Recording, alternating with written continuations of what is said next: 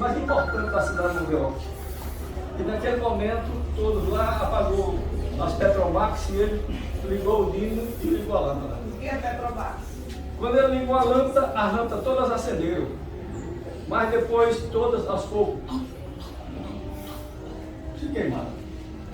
Eu mostrei aos meus colegas escritores, lá no hotel que a gente almoçou, as lâmpadas feitas por Thomas Edison, eram aquelas. Antigamente as lâmpadas tinham uns filamentos assim dentro. Então, tem pessoas que fazem crítica. Quando você faz uma coisa bem feita e por acaso deu errado, a pessoa faz crítica porque você fez. Ele não tem capacidade de fazer, mas ele critica você. Cabeça oca. Quando o Edson, cabeça oca, é a resposta. Voltou lá para o seu estudo, pegou a mesma lâmpada, do mesmo jeito, tirou o ar de dentro dela. E é o que usa hoje? Aquela crítica que o cara fez para destruí-lo, foi o que fez ele também está na cabeça. Então, pessoal, o conhecimento é uma coisa muito importante. Tudo que existe hoje surgiu do conhecimento. Quando lá na Mesopotâmia inventaram as primeiras letras. Quando lá na Grécia se discutiu a filosofia. Então tudo isso foi em função do conhecimento. Quando foi escrita ou impressa a primeira Bíblia, porque alguém inventou a tipografia e imprimiu a primeira Bíblia, porque ele aprendeu, é o conhecimento. Então, o conhecimento é muito importante na vida da gente. Se você quer ser eletricista, vá aprender. Não chegue e pegue uma chave e vai meter, não, que você vai morrer eletrocutado. Não vá. Uma vez um colega meu, que era o Bambambam da apicultura, me chamou, Ribeiro, eu vou fazer uma aula de apicultura para todos os agrônomos, veterinários lá na tua região, bora? Quando chegou na hora, ele deu uma aula espetacular.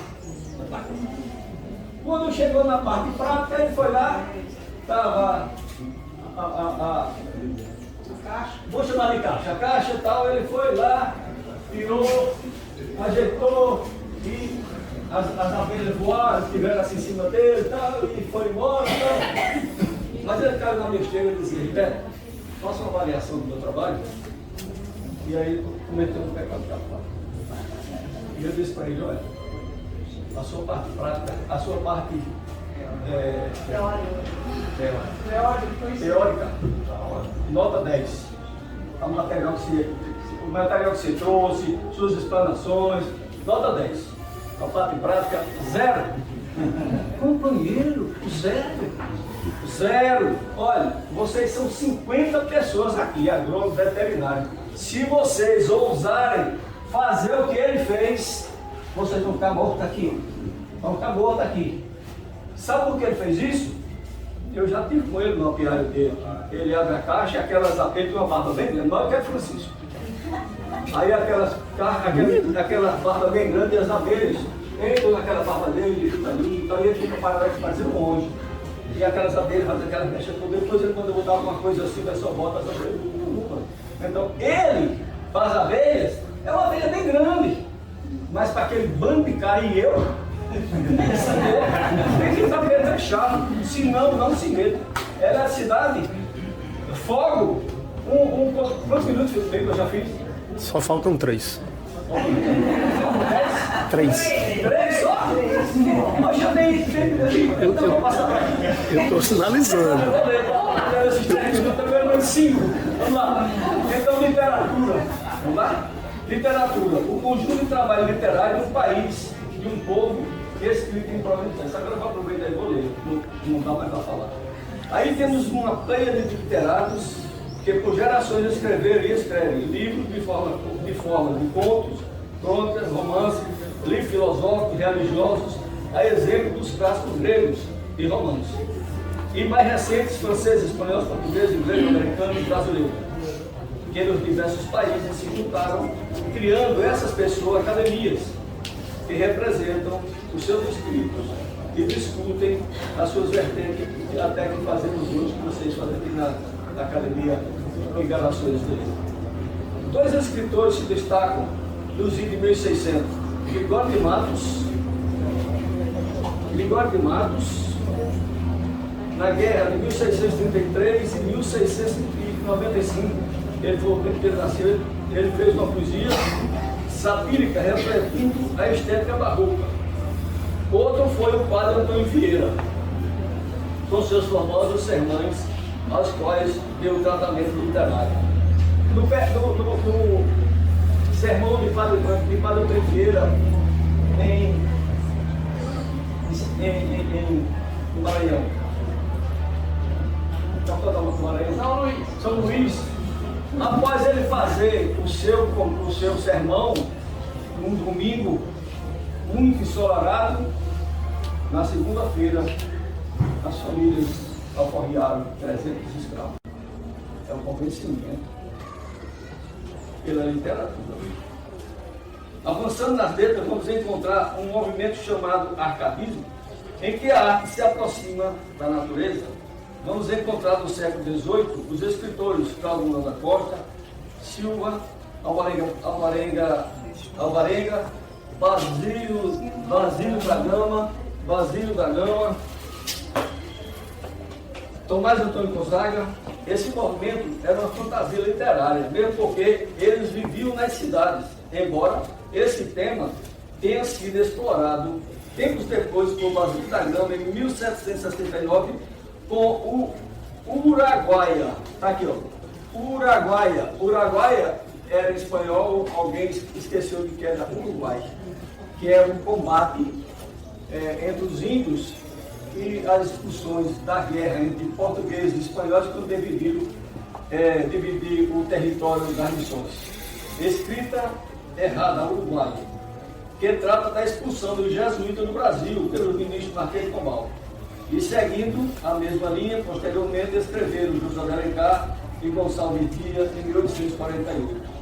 Após 1800 surge o arcadismo, que talvez, aliás, o arcadismo talvez é o romantismo, com os poetas José Bonifácio.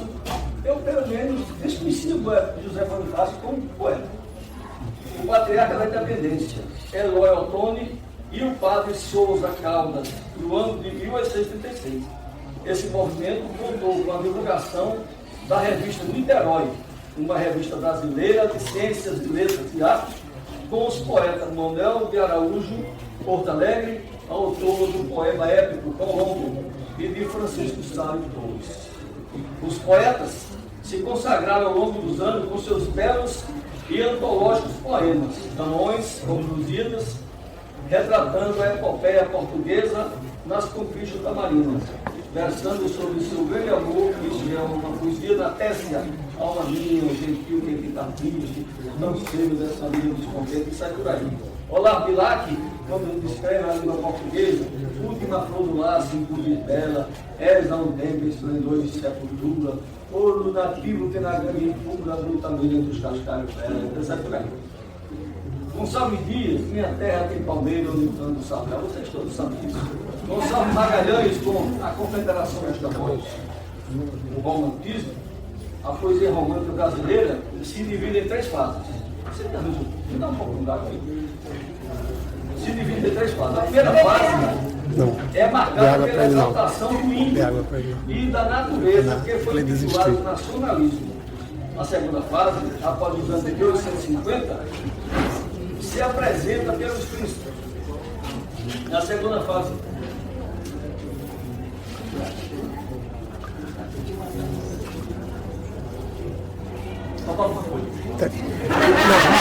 a segunda fase, após os anos 1850, se apresenta pelos princípios de liberdade inventiva, destacando Castilho de Abreu, o meus 8 anos, a legislação.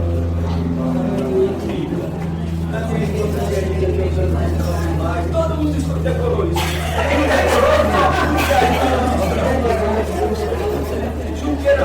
Junqueira Freire, com a inspiração de Cláudio, Álvaro de Azevedo, com Líder de Deus Mariana, que saudade de Deus tem, Fagundes Varela, Anchieta, o Evangelho na Selva.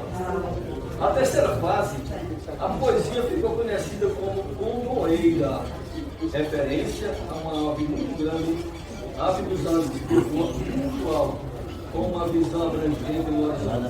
Tem como expoente o grande escritor Castro Alves e outros, Pedro Luiz, Nárcias da Malha, Joaquim de Souza Andrade e os Barreto e Couto. Então, com a chegada da família real para o Brasil, aí começou-se a construir as bibliotecas. Agora, uma início. Pessoal, nós estamos ficando humanos. Ou nós estamos ficando desumanos? Estamos ficando desumanos. Aqui diz que o ser humano é aquele que tem consciência, tem, né? Isso da natureza humana, o gênero humano, benevolência, clemência, compaixão. Pelo menos devia ser assim. Humano relativo à humanidade. Humanidade de estudo das letras clássicas. Humanismo, doutrina ou atitude que se apresenta expressamente numa perspectiva antropocêntrica, ou seja, que querem que tudo que existe é nós, somos nós, o único ser em todo o universo. O humanismo manifesta-se no domínio lógico e ético. Lógico e ético. O homem está ético. Está ético. Quando o cara pega uma mulher com uma barriga desse tamanho, rasga ela de cima a baixo, dá um tiro na testa, arranca a criança, dá um tiro na testa da criança, corta a cabeça. Isso é um ser humano? Isso é um ser humano? Ele pode ter até um aspecto de ser humano. Augusto Kant, ele diz que esses elementos são inerentes ao ser, ao animal, mas ele não diz ao homem. Ele não diz ao homem. Só o Schopenhauer é que diz, não, é referente ao homem. Então, o domínio lógico aplica-se a doutrinas que afirmam que a verdade ou a falsidade, do que ele quer dizer a mentira, é de um conhecimento que se define a função das suas multiplicações e eficiência relativa à ação humana. Então, o que hoje está tão comum, chamar-se fake news, quando uma pessoa encontra uma pessoa que ele não gosta e chega ali na frente, encontrei um cara ali, eu quero uma facada nele, todo mundo sai para lá, chega, mentira, eu estou aqui bem, não aconteceu isso não. Mas ele inventou uma mentira que chamou todo mundo. E no ético, aplica-se aquelas doutrinas que afirmam o seu homem, o criador dos valores morais. O homem, o criador dos valores morais. Não devia ser assim. Que se definem a partir das exigências concretas, psicológicas, históricas, econômicas e sociais, que condicionam a vida humana a exemplo do ativismo, naturalismo, pragmatismo. Então você veja, pessoal, vocês todos, quando vão pela rua, passam uma pessoa com você, seja bonita, feia, nova ou velha, e é como você passar por um poste. Passa por um poste. Mas não vivemos.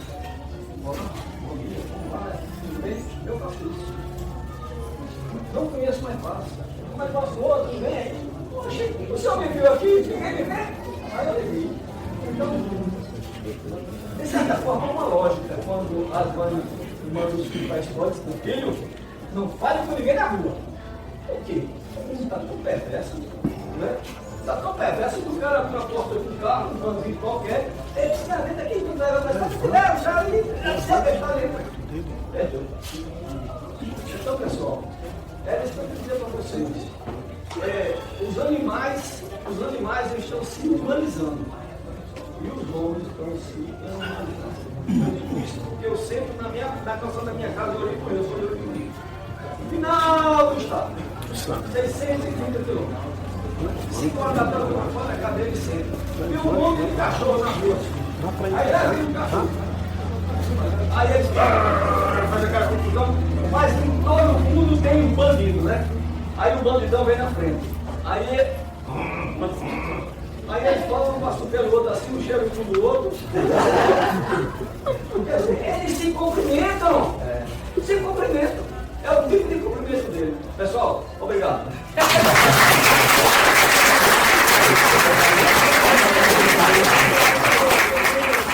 Ele terminou.